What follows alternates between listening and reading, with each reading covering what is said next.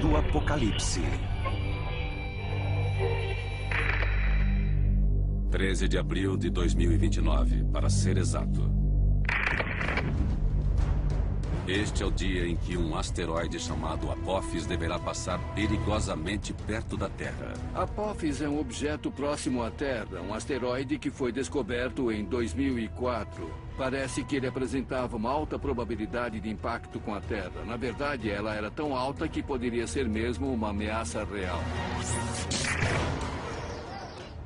Apophis é uma ameaça voadora do tamanho de 3 a 4 campos de futebol.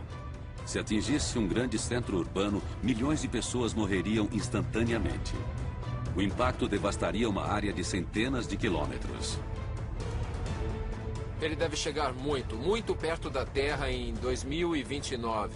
Mas dependendo da sua proximidade da Terra, nessa época, 7 anos depois, ele pode retornar e atingir o planeta. Uma visita de um asteroide como o Apophis seria um super desastre, ainda assim pequeno demais para exterminar a nossa espécie. Se um asteroide maior nos atingisse em cheio, seria o fim da história da humanidade. Uma colisão com um asteroide de 8 ou 10 quilômetros de largura cozinharia o planeta em pouco tempo. Um asteroide desse tamanho abriria uma cratera de quase 160 quilômetros de extensão por 22 de profundidade. Seria o inferno na Terra, literalmente. Uma rocha medindo quase 10 quilômetros cairia do céu a cerca de 11 quilômetros por segundo. Ela atingiria a Terra com um impacto de 100 trilhões de toneladas de explosivo. Podemos dizer que é o equivalente a dar a cada homem, mulher e criança na Terra uma pequena bomba de Hiroshima para ser detonada. A explosão atiraria uma gigantesca coluna de fumaça e pedras e fragmentos incandescentes na atmosfera, bloqueando o Sol. Seria só o início da destruição. Durante o impacto, ele iria criar essa gigantesca coluna de fumaça, cinzas e pedras incandescentes, que subiria até o espaço. Alguns desses fragmentos iriam se espalhar e cair de volta sobre o planeta. Então, destroços flamejantes literalmente cairiam do céu, incendiando tudo o que tocassem. É praticamente impossível que a raça humana consiga sobreviver a essas circunstâncias. Estas não são previsões teóricas que saíram da caneta de um intelectual. Sabemos que pode ocorrer porque já aconteceu no passado. Nosso planeta já conheceu outros invasores cósmicos. 65 milhões de anos atrás, um asteroide com quase 10 quilômetros de extensão chocou-se contra a península de Yucatán, no México. O impacto destruiu 75% das formas de vida da Terra, incluindo os verdadeiros reis do mundo, os dinossauros. Felizmente, existem algumas pessoas que não pretendem deixar que a raça humana tenha o mesmo fim dos dinossauros. Em 2002, um grupo de cientistas, astronautas e engenheiros se reuniu com o objetivo de dar aos asteroides o respeito que eles merecem. Criamos essa fundação para garantir que técnicas para desviar um asteroide sejam desenvolvidas e testadas. Estamos interessados em mostrar que temos a capacidade de desviar asteroides e proteger a vida na Terra.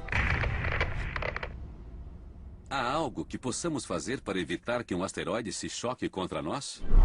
Se o problema é salvar o planeta, nenhuma ideia pode ser descartada, mas algumas são melhores que outras. Naquele filme, manda o Bruce Willis e um monte de caras para fazer um buraco no asteroide e o explodir. Não é uma boa ideia, porque você transforma uma pedra grande em um monte de projéteis. E então teria um monte de pedras caindo do espaço em vez de uma grande. Seria melhor prender um motor de foguete na lateral de um asteroide e afastá-lo lentamente. Talvez funcione. Se desviarmos um corpo com antecedência suficiente de sua trajetória, o curso de desvio vai se intensificar. Se você empurrar o asteroide lateralmente a tempo, o curso dele vai se desviar lentamente do ponto de colisão com a Terra. Como não existe uma ameaça séria de colisão em um futuro próximo, os astrofísicos terão mais tempo para pensar nos problemas do raio trator gravitacional. Mas com centenas de milhares de objetos em algum lugar do espaço, é provável que um deles acabe fazendo a evolução voltar à estaca zero.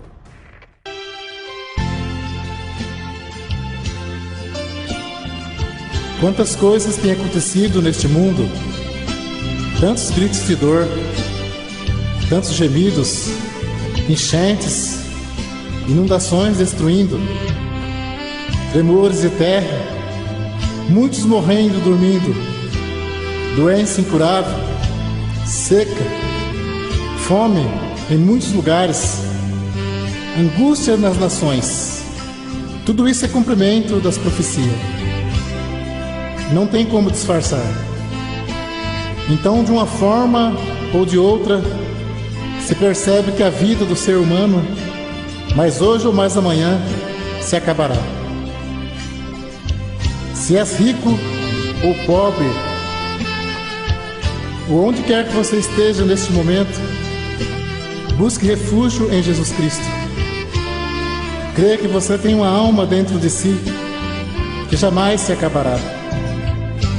Pela palavra de Deus, após a morte, só haverá duas coisas: salvação eterna ou condenação eterna.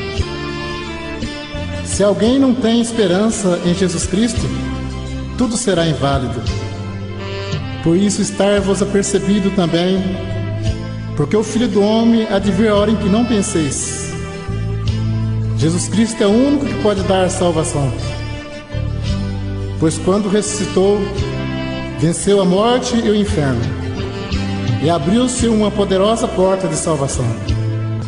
Porque Deus amou o mundo de tal maneira que deu seu Filho unigênito, para que todo aquele que nele crê não pereça, mas tenha a vida eterna. Porque Deus enviou seu Filho ao mundo, não para que condenasse o mundo, mas para que o mundo fosse salvo por ele. Quem crer nele não é condenado, mas quem não crê já está condenado. Sendo nós, pois, geração de Deus, não havemos de cuidar que a divindade seja semelhante ao ouro, ou à prata, ou à pedra esculpida por imaginação dos homens. Mas Deus, não tendo em conta os tempos da ignorância, anuncia agora a todos os homens, em todos os lugares, que se arrependam. Porque bem sabei isto, que nenhum fornicário, ou impuro, ou avarento, ou qual é idólatra, tem herança no reino de Cristo e de Deus. No princípio era o Verbo, e o Verbo estava com Deus, e o Verbo era Deus. Ele estava no princípio com Deus. Todas as coisas foram feitas por Ele, e sem Ele, nada do que foi feito se fez. Veio para os seus, mas os seus não o receberam. Mas a todos quantos o receberam, deu-lhes o poder de serem feitos filhos de Deus, aos que creem no seu nome, os quais não nasceram do sangue, nem da vontade da carne, nem da vontade do varão, mas de Deus. Porque se cremos que Jesus morreu e ressuscitou, assim também os que em Jesus dormem, Deus os tornará a trazer com ele. Dizendo-vos, pois, isto, pela palavra do Senhor, que nós, o que ficarmos vivos para a vinda do Senhor, não precederemos os que dormem. Porque o mesmo Senhor descerá do céu com alarido e com voz de arcanjo e com trombeta de Deus. E os que morreram em Cristo ressuscitarão primeiro. Depois nós, que ficarmos vivos, seremos arrebatados juntamente com eles nas nuvens, e encontrar o Senhor nos ares, e assim estaremos sempre com o Senhor. Portanto, consolai-vos uns aos outros com estas palavras. Toda a Escritura divinamente inspirada é proveitosa para ensinar, para redarguir, para corrigir, para instruir em justiça, para que o homem de Deus seja perfeito, perfeitamente instruído para toda boa obra, não podendo nem acrescentar, nem diminuir o que está escrito no Evangelho. Essa salvação anunciada não pode ter comércio. Muitos querem pregar com interesse material. Jesus disse aos apóstolos: de graça recebei, de graça dai. Está escrito: se alguém vem ter convosco e não traz essa doutrina, não o recebais em casa, nem tampouco o saudeis. Porque quem sauda tem parte nas suas más obras.